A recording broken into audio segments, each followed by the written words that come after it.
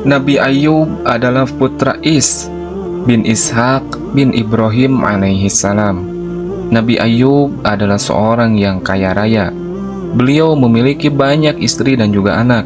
Hartanya berlimpah ruah dan ternaknya tak terhitung jumlahnya. Beliau hidup makmur dan juga sejahtera. Tetapi walaupun demikian, beliau tetap rajin beribadah kepada Allah Subhanahu wa Ta'ala. Para malaikat di langit terkagum-kagum dengan ketaatan dan keikhlasan Nabi Ayub alaihi salam kepada Allah Subhanahu wa Ta'ala. Iblis yang mendengar itu merasa iri dan ingin menjerumuskan Nabi Ayub agar tidak menjadi seorang yang sabar. Pertama, iblis mencoba sendiri menggoda Nabi Ayub agar tersesat dan tidak mau bersyukur kepada Allah Subhanahu wa Ta'ala. Namun, iblis gagal karena keimanan Nabi Ayub pun tidak tergoyahkan sedikit pun. Iblis kemudian menghadap kepada Allah Subhanahu wa Ta'ala untuk meminta izin menggoda Nabi Ayub. Wahai Allah, sesungguhnya Ayub senantiasa patuh dan taat kepadamu hanya karena ia tidak ingin kehilangan semua nikmat yang telah Engkau karuniakan kepadanya. Semua ibadahnya tidak ikhlas dan bukan karena cinta atau taat kepadamu. Andaikan ia tertimpa musibah dan kehilangan anak-anak dan istrinya, kehilangan harta bendanya, belum tentu ia akan tetap taat dan patuh kepadamu. Allah Subhanahu wa Ta'ala kemudian berfirman, sesungguhnya Ayub adalah hambaku yang sangat taat dan patuh kepadaku. Ia adalah seorang muslim sejati. Apa yang ia lakukan untuk mendekatkan diri kepadaku adalah semata-mata dorongan keimanannya kepadaku. Iman dan takwa tidak akan tergoyahkan oleh perubahan keadaan duniawi. Cintanya kepadaku yang sewaktu-waktu dapat kucabut. Ia bersih dari segala prasangkamu, maksudnya kepada iblis. Kamu tidak rela melihat hambaku berada di atas jalan yang lurus sesuai dengan petunjukku. Untuk menguji keteguhan hati dan keyakinan kepada takdirku, kuizinkan kamu menggodanya dan memalingkannya dariku. Kerahkan semua pembantu-pembantumu untuk menggoda Ayub melalui harta dan keluarganya. Hancurkan harta bendanya, cerai-beraikanlah keluarganya yang damai dan sejahtera itu. Aku ingin melihat sampai mana kemampuan menggoda hambaku yang ikhlas seperti Ayub itu. Demikianlah akhirnya iblis dengan segala pembantunya kemudian mulai menyerbu keimanan Nabi Ayub alaihi salam. Mula-mula mereka membinasakan ternak-ternak peliharaannya. Satu persatu hewan peliharaannya mati bergelimpangan karena diserang penyakit menular. Kemudian disusul dengan lumbung-lumbung gandum dan lahan pertaniannya yang terbakar dan juga musnah. Iblis mengira Nabi Ayub akan berkeluh kesah setelah kehilangan ternak dan lahan pertaniannya. Namun, Nabi Ayub tetap bersyukur dan berbaik sangka kepada Allah Subhanahu wa Ta'ala. Segalanya ia serahkan kepada Allah karena ia yakin bahwa hartanya adalah titipan Allah Subhanahu wa Ta'ala dan dapat dicabut kapan saja. Berikutnya, iblis dan pembantu-pembantunya mendatangi putra-putra Nabi Ayub yang mendiami gedung-gedung yang besar dan juga megah. Mereka menggoyang-goyangkan tiang gedung itu sehingga gedung itu ambruk dan roboh menimpa putra-putra Nabi Ayub alaihi salam hingga mati semuanya. Iblis mengira Nabi Ayub akan sangat menyayangi putra-putranya itu akan berkeluh kesah dan tergoyah imannya. Namun kembali iblis harus kecewa karena ternyata Nabi Ayub masih tetap sabar dan bertawakal kepada Allah Subhanahu wa Ta'ala. Nabi Ayub sangat bersedih atas peristiwa itu, namun hati beliau tetap kokoh dalam keyakinan kepada Allah Sang Maha Kuasa atas segala sesuatu dan tidak ada seorang pun yang mampu menghalangi segala kehendaknya.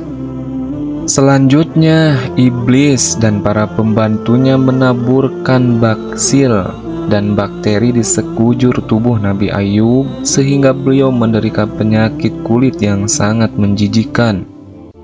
Keluarga dan tetangganya yang dahulu sangat baik kepadanya kini menjauhinya, bahkan mengusirnya dari tempat tinggalnya.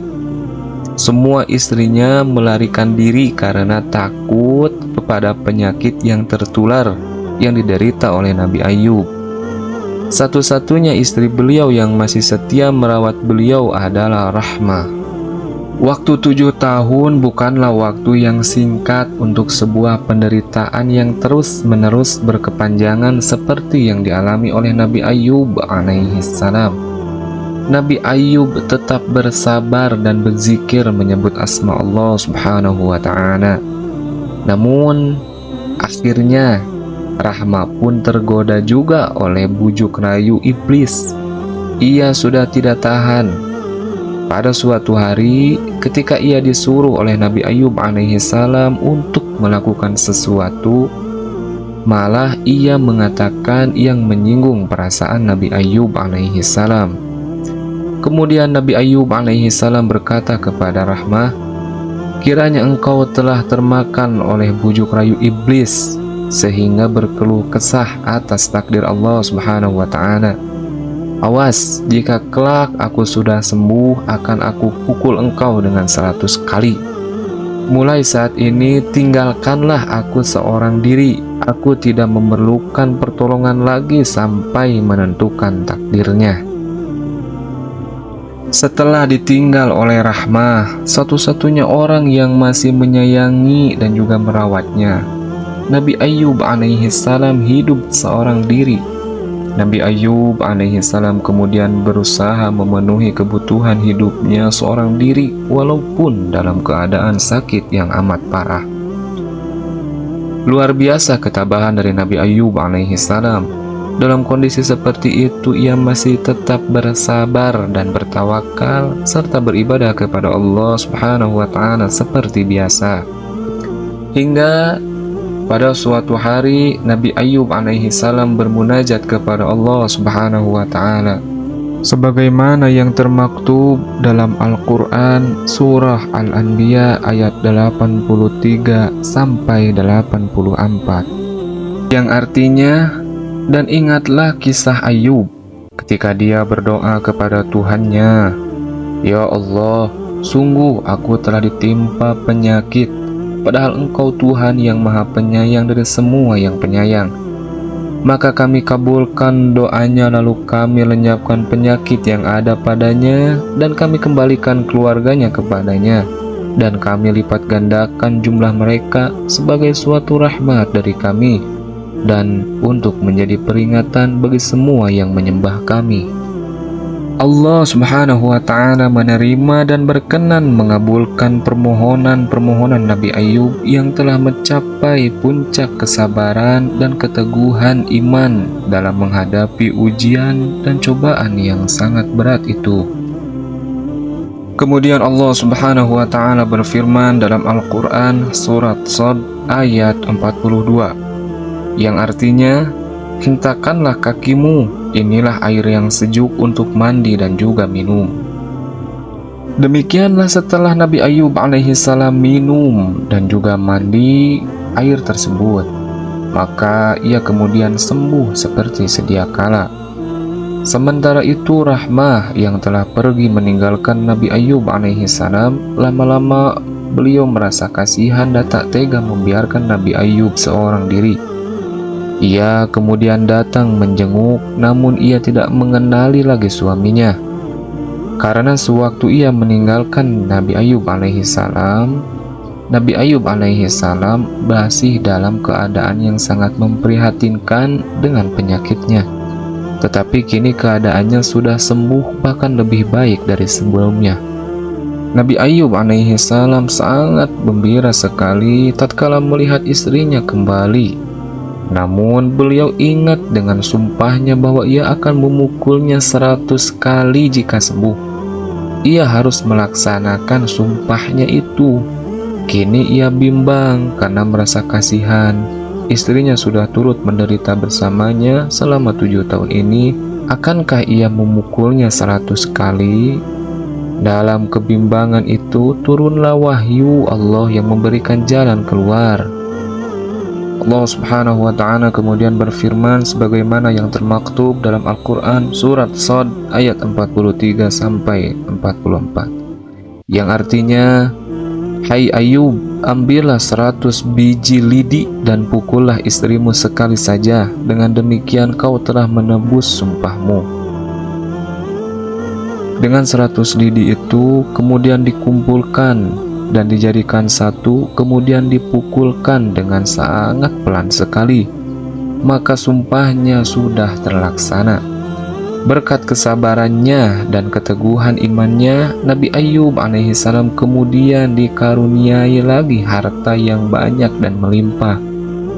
Dan dari rahmah, Nabi Ayub mempunyai anak yang bernama Bashar, dan kemudian di suatu hari dijulukilah sebagai Zulkifli, yang artinya memiliki kesanggupan atau kemampuan.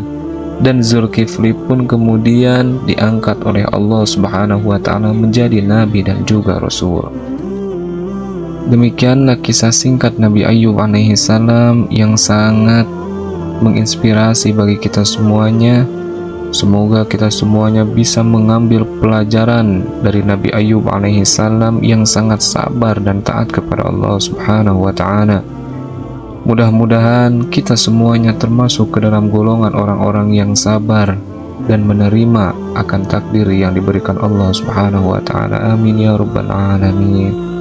Wallahu a'lam bissawab.